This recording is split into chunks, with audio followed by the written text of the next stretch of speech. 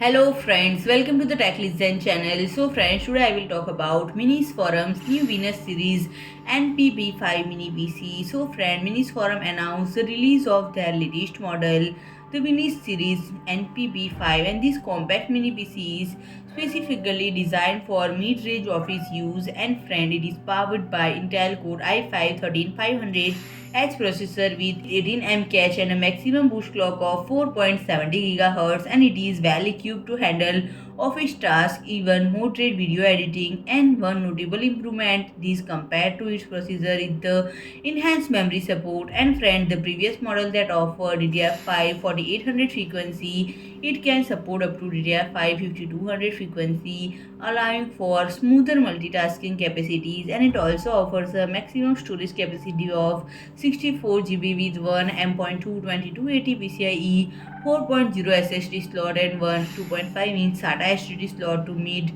your basic storage need. And it is equipped with 2 Gigabit Ethernet ports, enabling network integration to enhance network performance. And it also features Wi-Fi 6E and Bluetooth 5.2 for wireless connectivity. And it offers two HDMI and two USB 4 ports, allowing user to connect up to 4 external displays.